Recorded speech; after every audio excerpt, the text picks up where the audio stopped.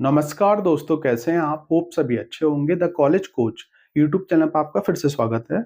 आज के इस वीडियो के माध्यम से मैं आपके साथ जो जानकारी शेयर करने वाला हूं, हर एक स्टूडेंट को, हर एक पेरेंट्स को जानना जरूरी है। और ये जो जानकारी है आपको कहीं भी किसी भी यूट्यूब चैनल पर डिटेल में नहीं मिलने वाली। आज के इस वीडियो में हम डिटेल में बात करेंगे एमपीडीटी काउंसलिंग में कोर्सेस वाइज क्या क्या एलिजिबिलिटी क्राइटेरिया रहने वाला है, 10th लेवल पर, 12th लेवल पर कौन कौन से एग्जाम आपको लगने वाले हैं, कितना आपको मिनिमम परसेंटेज रिक्वायर्ड होगा। पूरा जो कोर्सेज वाइज है डिटेल में एक्सप्लेन करूंगा। तो जैसा कि आप जानते हैं, मध्य प्रदेश के अंदर टेक्निकल कोर्सेज से जुड़ी हुई जितने भी गवर्नमेंट कॉलेज हैं, प्राइवेट कॉलेज हैं, उनमें एडमिशन के लिए मध्य प्रदेश शासन हर साल एक ऑनलाइन काउंसलिंग कंडक्ट कराता है। जब आप गूगल पर एमपीडीटी सर्च करेंगे तो इसकी अपनी एक पोर्टल है, वेबसाइट है, वो ओपन हो जाएगी। उससे आपको पूरा अप्लाई करना होता है, पूरा प्रोसेस करना होता है। जैसे आपने किसी प्राइवेट कॉलेज में डायरेक्ट एडमिशन ले लिया तो वो लोग जो है अप्लाई करते हैं, और बहुत से बच्चे खुद ही काउंसलिंग करते हैं जिनका जैसे परसेंटेज अच्छा होता है, गवर्नमेंट कॉलेज मिलने के चांसेस होते हैं। तो जिसके रिगार्डिंग आपको आने वाले टाइम में बहुत सारा सपोर्ट, बहुत सारा गाइडेंस मैं दूंगा कि कैसे काउंसलिंग करना चाहिए। आज का हमारा मेन टॉपिक है कि एलिजिबिलिटी क्राइटेरिया क्या क्या रहने वाला है। तो टोटल यहाँ पे देख रहे होगे 7 कोर्सेस हैं, और इसी वीडियो में आगे की साइड जो है मैं आपको M Tech, M Pharm, MCA मतलब डिप्लोमा से लेके पीजी मतलब पोस्ट ग्रेजुएशन लेवल पर जो कोर्सेस हैं, सभी कोर्सेज के एलिजिबिलिटी क्राइटेरिया को डिस्कस करने वाले हैं। तो जैसा कि इस यूट्यूब चैनल पर मैंने वीडियो लेक्चर सीरीज स्टार्ट कर दी है ऑल अबाउट एमपीडीटी काउंसलिंग से जुड़ी हुई। पहला वीडियो ऑलरेडी मैंने अपलोड कर रखा है। ये आज का हमारा वीडियो लेक्चर नंबर 2 है, जिसमें आज हम इस टॉपिक को डिस्कस करने वाले हैं। तो आप जाके सेपरेट प्लेलिस्ट बना रखी है मैंने, उसको देख सकते हैं, फॉलो कर सकते हैं। आपके मन में जितने भी डाउट्स होंगे इस काउंसलिंग को लेके, हर एक डाउट पे मैं आपको वीडियो देने वाला हूं। और लगातार आपको जो है 30-40 वीडियो मिलने वाले हैं, जिसमें सभी इंफॉर्मेशन आपको मिल जाएगी। अगर आप अच्छे से इंफॉर्मेशन जान गए तो डेफिनेटली अच्छे से काउंसलिंग कर पाएंगे और अपने लिए एक अच्छे कॉलेज का सिलेक्शन कर पाएंगे। तो आ जाते हैं हमारे मेन टॉपिक पर। तो सबसे पहला हमारा जो कोर्स है डिप्लोमा कोर्स है, जिसे हम पॉलिटेक्निक इंजीनियरिंग डिप्लोमा कोर्स बोलते हैं, जो कि 3 साल का कोर्स है।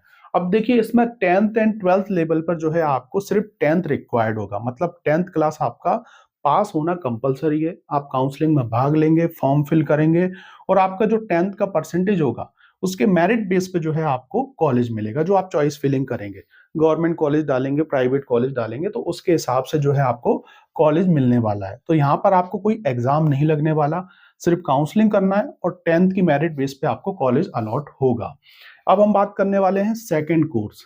जिन बच्चों को आईटीआई टू डिप्लोमा करना है, जिसे हम लेटरल एंट्री एडमिशन भी बोलते हैं, मतलब जिन बच्चों ने आईटीआई कर रखा है वो लोग जो है डायरेक्ट सेकंड ईयर से डिप्लोमा में एडमिशन ले सकते हैं।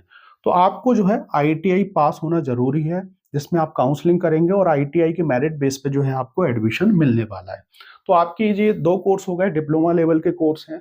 अब हम बात करने वाले हैं ग्रेजुएट लेवल पे जो कोर्स है आपके, मतलब जो यूजी कोर्स है। इसमें पहला कोर्स है, बहुत ही महत्वपूर्ण कोर्स है, जिसे हम बोलते हैं बीटेक या इंजीनियरिंग कोर्स। अगर आपको किसी भी ब्रांच में एडमिशन लेना है तो सभी के लिए ये पूरा कॉमन होने वाला है। ये 4 साल का टेक्निकल कोर्स है, और इसमें आपको बीटेक में एडमिशन के लिए फिजिक्स, केमिस्ट्री और मैथ्स होना कंपलसरी है। हाँ, अगर आपके पास जैसे फिजिक्स, केमिस्ट्री, मैथ के साथ प्लस बायो भी है, तब भी जो है आप अप्लाई कर सकते हैं, एडमिशन ले सकते हैं। लेकिन अगर आपके पास सिर्फ फिजिक्स, केमिस्ट्री और बायो है तो आप एडमिशन नहीं ले पाएंगे। हाँ, 1-2 ऐसी ब्रांचें हैं जिन ब्रांचों में आप एडमिशन ले सकते हैं, उसके रिगार्डिंग मैं आपको सेपरेट वीडियो दे दूंगा।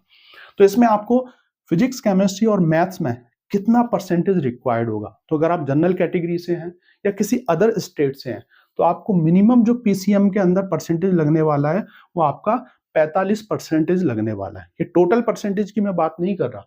फिजिक्स, केमिस्ट्री और मैथ्स जैसे 300 हो गए, 100 नंबर 100 नंबर 100 नंबर, तो 300 में अगर आप देखेंगे जो आपके नंबर आए हुए हैं वो 45% होना चाहिए या उससे ज्यादा होना चाहिए, तो आप इस काउंसलिंग में भाग ले पाएंगे। अगर आपका जैसे 44% हो गया तो आप फॉर्म ही फिल नहीं कर पाएंगे। सेम अगर आप जैसे ओबीसी, एससी, एसटी कैटेगरी से हैं और मध्य प्रदेश का आपके पास मूल निवासी प्रमाण पत्र है, मतलब एमपी डोमिसाइल स्टूडेंट है, तो आप लोगों के लिए 40% पे भी एडमिशन हो जाएगा। ज्यादा है तो अच्छी बात है। अब देखिए, इसमें अदर कौन सा एग्जाम लगने वाला है। तो अगर आपको जैसे कि बीटेक करना है, एक अच्छे कॉलेज में एडमिशन लेना है, गवर्नमेंट कॉलेज को टारगेट करना है, तो ऑब्वियसली आपको जेईई मेंस एग्जाम लगने वाला है। जितने भी गवर्नमेंट कॉलेज हैं, जितने भी टॉप के कॉलेजेस हैं, वो आपके JEE मेंस एग्जाम से ही मिलने वाले हैं, और जितनी भी टॉप की ब्रांच हैं तो इस चीज को आप नोट कर लें। क्योंकि ये जो काउंसलिंग है, इस काउंसलिंग में 3 राउंड होते हैं, first round, second round and CLC round. तो जो फर्स्ट राउंड है, फर्स्ट राउंड सिर्फ JEE मेंस वाले बच्चों के लिए होने वाला है, और जो सेकंड राउंड है, CLC राउंड है, उसमें JEE मेंस वाले बच्चे और 12th बेस वाले बच्चे भी बैठेंगे, लेकिन फर्स्ट प्रायोरिटी जो है JEE मेंस वाले बच्चे को दी जाएगी। जैसे कि एक एग्जांपल की मदद से मैं आपको बताना चाहूंगा, एक लाइन में एक बच्चा खड़ा हुआ है और एक लाइन में दूसरा बच्चा खड़ा हुआ है। एक के पास JEE मेंस एग्जाम नहीं है, लेकिन 12th में उसके पास 99 परसेंटेज है, और एक बच्चा है जिसके पास 12th में भले 65 परसेंटेज है, लेकिन JEE एग्जाम दे रखा है, भले उसने 16 परसेंटाइल बनाया है, 25 परसेंटाइल बनाया है, जो भी परसेंटाइल है, सबसे पहली जो सीट अलॉट होगी वो JEE मेंस वाले बच्चे को अलॉट होती है। और ऑलमोस्ट जितने भी अच्छे गवर्नमेंट कॉलेज हैं, जितने भी अच्छे प्राइवेट कॉलेज हैं, JEE मेन से ही उनमें एडमिशन मिलता है। इस चीज को आप नोट कर लें। तो अगर आपने अभी तक JEE मेंस एग्जाम नहीं दिया है, आप दें। हर साल 2 बार ये JEE मेंस एग्जाम होता है। यहाँ एडवांस एग्जाम की जरूरत नहीं होती है, सिर्फ मेंस एग्जाम से काम हो जाएगा। अब हम बात करने वाले हैं जिन बच्चों ने 3 साल का डिप्लोमा कोर्स कर रखा है, और जो बच्चे सेकेंड ईयर में एडमिशन लेना चाह रहे हैं बीटेक के, जैसे हम बोलते हैं बीटेक लैटरल एंट्री एडमिशन, तो डायरेक्ट आप जो है सेकेंड ईयर में एडमिशन ले सकते हैं। उसके लिए आपको 3 साल पॉलिटेक्निक इंजीनियरिंग डिप्लोमा किया होना चाहिए। तो इसके लिए आपको डिप्लोमा कंप्लीट चाहिए, 10th की भी आपको मार्कशीट यहाँ पे लगेगी, और डिप्लोमा के अंदर 45% होना चाहिए जनरल और अदर स्टेट के बच्चों के लिए। और साथ ही साथ अगर आप जैसे OBC SC ST कैटेगरी से हैं, MP से हैं, तो यहाँ पे आपको 40% पे भी एडमिशन हो जाएगा। यहाँ पर जो है डिप्लोमा के परसेंटेज की बात होगी, इस चीज को आप नोट कर लें। साथ ही साथ कुछ ऐसे बच्चे भी होंगे जिन बच्चों ने BSc कर रखा है, और अगर आपके पास 12th में मैथ सब्जेक्ट है, तो आप लोग भी जो है बीटेक में एडमिशन ले सकते हैं। ये चीज कोई नहीं बताता है। तो डिप्लोमा के जो परसेंटेज है उसके बेस पे मेरिट बनेगी, और उसी के बेस पे आपको कॉलेज अलॉट होगा। जितना अच्छा आपको कॉलेज चाहिए, उतना अच्छा आपके पास परसेंटेज होना चाहिए। अदर स्टेट के जो बच्चे हैं वो गवर्नमेंट कॉलेज में एडमिशन नहीं ले पाएंगे, इस चीज को आप नोट कर लें। आप लोग सिर्फ प्राइवेट कॉलेज में एडमिशन ले पाएंगे। बाकी अगर आपके पास MP डोमिसाइल है, मतलब मध्य प्रदेश का मूल निवासी प्रमाण पत्र है, तो आप लोग जो है गवर्नमेंट कॉलेज के लिए एलिजिबल होंगे, और उसके लिए फॉर्म फिल कर सकते हैं। मतलब चॉइस फिलिंग में उन कॉलेज का ऑप्शन होगा। अब हम बात करेंगे 5th नंबर पे कौन सा कोर्स है। 5th नंबर पे भी एक मोस्ट ट्रेंडिंग कोर्स है B फार्म, जो कि 4 साल का होता है। इसके अलावा अगर आपको D फार्म करना है तो ये 2 साल का कोर्स होता है। हम बात कर रहे हैं फार्मेसी फील्ड के बारे में, फार्मेसी कोर्सेज के बारे में। तो इसमें जो है आपको 12th क्लास कंप्लीट चाहिए, फिजिक्स केमिस्ट्री मैथ्स है या फिजिक्स केमिस्ट्री बायो है, दोनों टाइप के बच्चे जो है इसमें एडमिशन ले सकते हैं। 45% होना चाहिए जनरल और अदर स्टेट के बच्चों के लिए, और 40% जो है आपको OBC SC ST कैटेगरी चाहिए। ये किस में चाहिए आपको? फिजिक्स केमिस्ट्री मैथ्स में हो या फिजिक्स केमिस्ट्री आपका बायो में हो। यहाँ पर कोई एग्जाम आपको नहीं लगने वाला। 12th के परसेंटेज बेस पर जो है मेरिट बनेगी, और उसी के बेस पे आपको एडमिशन मिलेगा। अगर आपको गवर्नमेंट कॉलेज में एडमिशन चाहिए, टॉप के गवर्नमेंट कॉलेज में, तो अच्छा परसेंटेज रिक्वायर्ड होगा, क्योंकि फार्मेसी के अंदर गवर्नमेंट कॉलेज बहुत कम है। जिनके परसेंटेज अच्छे होते हैं उन्हीं को गवर्नमेंट कॉलेज मिल पाता है। अब हम बात करने वाले हैं 6वें नंबर पर, जिन बच्चों ने 2 साल का D फार्म कोर्स कर रखा है और B फार्म सेकेंड ईयर में एडमिशन लेना चाह रहे हैं, जैसे हम लेटरल एंट्री एडमिशन बोलते हैं। तो इसके लिए आपको 2 साल का डिप्लोमा कंप्लीट चाहिए, 10th एग्जाम आपके पास होना चाहिए, और इसमें आपको 45% जनरल कैटेगरी और अदर स्टेट के बच्चों के लिए, और 40% किसके लिए रहेगा? MP डोमिसाइल वाले बच्चों के लिए, SC ST OBC कैटेगरी वाले बच्चों के लिए। तो यहाँ पर भी आपको डिप्लोमा के परसेंटेज बेस पर जो है एडमिशन मिलेगा। काउंसलिंग आपको MPDT करना होगा, फॉर्म फिल करना होगा सभी के लिए। अब हम बात करने वाले हैं 7वें नंबर पर एक और बहुत ही महत्वपूर्ण कोर्स है MBA। 2 साल का ये आपका PG कोर्स है, पोस्ट ग्रेजुएशन कोर्स है। तो इसमें आपको ग्रेजुएशन रिक्वायर्ड होगा, मतलब आपका अंडर ग्रेजुएट अगर आपने कर रखा है किसी भी स्ट्रीम के अंदर, और इसमें आपको जनरल और जो अदर स्टेट के बच्चे हैं उनके लिए 50% होना चाहिए टोटल। और साथ ही साथ अगर 45% अगर आपके पास है, तो अगर आप MP डोमिसाइल है, OBC SC ST कैटेगरी से हैं, तो आप लोग जो है फॉर्म फिल कर पाएंगे और एडमिशन ले पाएंगे। तो यहाँ पे अगर हम बात करें कौन सा एग्जाम रिक्वायर्ड होगा, तो यहाँ पे आपको CMAT एग्जाम लगने वाला है फर्स्ट राउंड के लिए, और साथ ही साथ सेकेंड और CLC राउंड से अगर हम बात करें तो CMAT और जो आपका अगर आपने ग्रेजुएशन कर रखा है उसके बेस पे लिंक ओपन हो जाती है। लेकिन फर्स्ट प्रायोरिटी CMAT एग्जाम वाले बच्चों के लिए दिया जाएगा। जितने भी गवर्नमेंट कॉलेज हैं, टॉप के प्राइवेट कॉलेज हैं, उनमें एडमिशन सीमेट एग्जाम के थ्रू ही मिलने वाला है। तो डेफिनेटली अगर आपने अभी तक फॉर्म फिल नहीं किया है सीमेट एग्जाम का, इसका भर दें आप फॉर्म।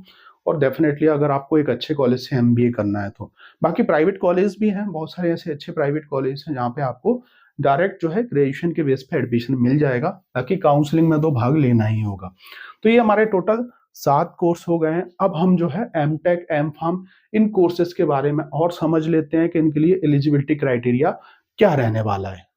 इसके बाद 8वें नंबर पे जो कोर्स आता है 2 साल का पीजी कोर्स है जिसका नाम एम टेक है। तो इसमें एडमिशन के लिए बीई या बीटेक कंप्लीट होना जरूरी है।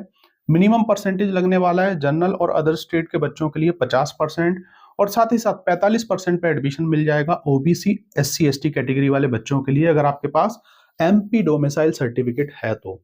अब देखिए, अगर हम बात करें एग्जाम, किस एग्जाम बेस पे आपको एडमिशन मिलेगा, तो फर्स्ट राउंड आपका गेट एग्जाम बेस पे होने वाला है। और इसमें अगर आपको एडमिशन मिलता है तो स्टाइपेंड भी मिल जाएगा, गवर्नमेंट कॉलेज में, प्राइवेट कॉलेज में 12,400 रुपए।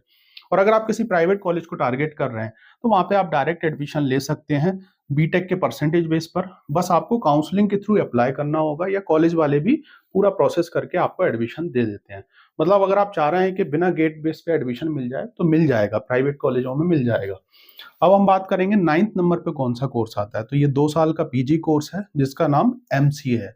इसमें एडमिशन के लिए आपका ग्रेजुएशन होना कंपलसरी है, जैसे कि बीई बीटेक कर रखा हो, बीएससी कर रखा हो, बीकॉम कर रखा हो, बीए कर रखा हो आपने, और इसके साथ मैथ सब्जेक्ट होना चाहिए 12th में, ये कंपलसरी रूल है। और परसेंटेज की अगर हम बात करें तो आप जनरल कैटेगरी से हैं, अदर स्टेट के बच्चे हैं, तो आपका 50% पे एडमिशन मिल जाएगा ग्रेजुएशन के अंदर, और 45% पे जो है ओबीसी, एससी, एसटी कैटेगरी वालों को बच्चों को एडमिशन मिल जाएगा। एमपीडीटी काउंसलिंग से पूरा अप्लाई करना है, और जो ग्रेजुएशन का परसेंटेज है उसकी मेरिट लिस्ट बनती है और उसके बेस पे एडमिशन मिलेगा। जितना अच्छा परसेंटेज उतना अच्छा कॉलेज मिलने के चांसेस होते हैं। 10वें नंबर पे जो कोर्स है, बी फार्म के बाद आप एम फार्म भी कर सकते हैं, ये भी 2 साल का पीजी कोर्स है। तो इसमें एडमिशन के लिए आपको बी फार्म लगने वाला है। मिनिमम परसेंटेज की अगर हम बात करें तो 55% आपको रिक्वायर्ड होगा बी फार्म के अंदर, जनरल कैटेगरी, अदर स्टेट के बच्चे और ओबीसी कैटेगरी वाले बच्चों के लिए। इसके अलावा अगर आप एससी एसटी से हैं तो आपको जो है 50% पे एडमिशन मिल जाएगा, लेकिन इसमें आपको एमपी डोमिसाइल सर्टिफिकेट लगेगा। अदर स्टेट के अगर आप स्टूडेंट हैं और अगर आप जैसे ओबीसी, एससी, एसटी से हैं तो डेफिनेटली आपको 55% लगने वाला है। इसमें फर्स्ट राउंड जीपेट एग्जाम के बेस पे होने वाला है, और जो सेकंड राउंड है जीपेट और साथ ही साथ आपका बी फार्म के परसेंटेज बेस पे एडमिशन मिल जाएगा। लेकिन अच्छे कॉलेज जो है जीपेट के बेस पे फिल हो जाते हैं, इस चीज को आप ध्यान रखें। लास्ट में हम बात करेंगे 11वें नंबर पर, इंटीग्रेटेड कोर्सेज हैं। ये 5 साल के कोर्सेज होते हैं, 12th के बेस पे इनमें एडमिशन मिलता है, जिसमें जैसे इंटीग्रेटेड एमबीए हो गया, इंटीग्रेटेड एमसीए हो गया। तो इंटीग्रेटेड एमबीए में अगर आपको एडमिशन लेना है तो इसमें आपको किसी भी, अगर आप क्लास से 12th की हैं तो आपको एडमिशन मिल जाएगा। बाकी एमसीए में मैथ्स, स्टैटिक्स या अकाउंटिंग होना चाहिए एक सब्जेक्ट 12th में, और एमपीडीटी काउंसलिंग से एडमिशन मिलेगा। 12th के मेरिट बेस पर 45% होना चाहिए जनरल और अदर स्टेट के बच्चों के लिए, और 40% लगने वाला है ओबीसी, एससी, एसटी कैटेगरी वाले बच्चों के लिए। इसके बाद नेक्स्ट वीडियो, मतलब वीडियो लेक्चर नंबर 3 में मैं आपको एमपीडीटी काउंसलिंग में रजिस्ट्रेशन से लेकर रिपोर्टिंग तक की जो प्रोसेस होती है उसके बारे में जानकारी दूंगा, और साथ ही साथ एमपीडीटी काउंसलिंग में कितने राउंड होते हैं इसके बारे में डिटेल में हम बात करने वाले हैं। अब लास्ट में मैं आपसे रिक्वेस्ट करूंगा, अगर आपको वीडियो अच्छा लगा हो तो इसे लाइक कर दीजिएगा, चैनल से जुड़ जाइएगा। अगर आप हमसे पेड काउंसलिंग लेना चाह रहे हैं, कुछ जानना चाह रहे हैं, तो ये हमारा कॉन्टैक्ट नंबर है, व्हाट्सएप पर मैसेज कर दीजिएगा। प्लेलिस्ट में जाके आप बहुत सारे वीडियोस को देख लें, फॉलो कर लें।